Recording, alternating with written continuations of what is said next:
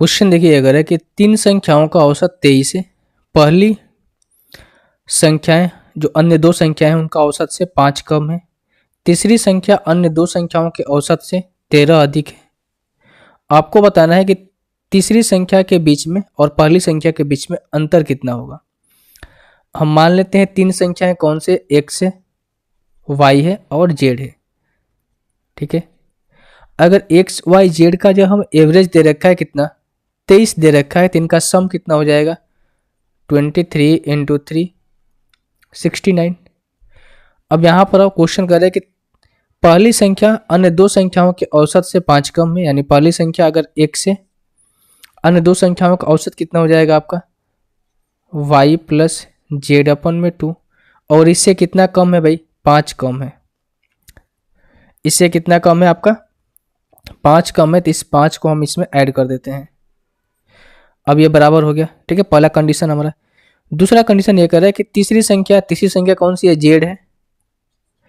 अन्य दो संख्याओं के औसत से 13 अधिक है। अगर ये 13 अधिक है तो इसमें से 13 को माइनस कर लेते हैं, जेड माइनस 13, तो हो जाएगा कौन संख्या बच रही है एक्स प्लस वाई बटे में 2। अब आप इसको सिंपलेस्ट फॉर्म में इसको लिखोगे तो इसको लिख सकते हो कि x प्लस 10 बराबर y प्लस जेड। इसको आप लिखोगे तो हो जाएगा z माइनस का 26 बराबर x प्लस वाई। यही चीज़ें हैं। हमसे बोला गया कि पहली संख्या और अंतिम संख्या के बीच का डिफरेंस, जो कि हमें संख्याएं दी गई है x y z, और इनका सम हमें कितना दे रखा है 69, जो कि क्वेश्चन के अकॉर्डिंग आया है। यानी x plus Y plus Z का सम जो कितना है 69 है। तो हम कह सकते हैं एक बार हम एक्स वाई को लेकर चलते हैं, एक बार वाई जेड को लेकर चलते हैं।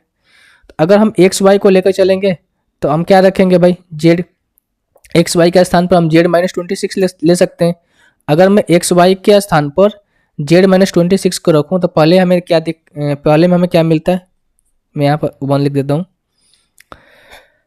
तो यहाँ पर मैं लिख सकता हूँ कि जेड माइनस का 26 प्लस जेड बराबर 69।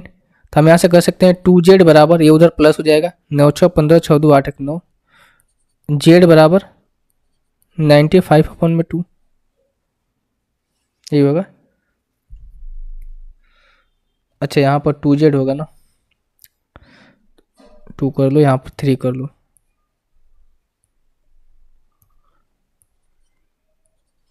पहला हो गया। अगर मैं दूसरे की बात करूं, एक बार में y और z ले सकता हूं, क्योंकि यहाँ पर दे रखा है दो चीजें हमें दे रखी है ना, दो इक्वेशन, या फिर आप z को यहाँ से वैल्यू पुट करके x y करके भी कर सकते हो, पर यहाँ पर दे रखा है तो इससे आसान होगा। y z की जगह पर हम लिख सकते हो x प्लस 10, तो हो सकेगा x प्लस 10 बराबर 69, तो हो जाएगा क्या 2x बराबर 59, तो हो जाएगा x बराबर 59।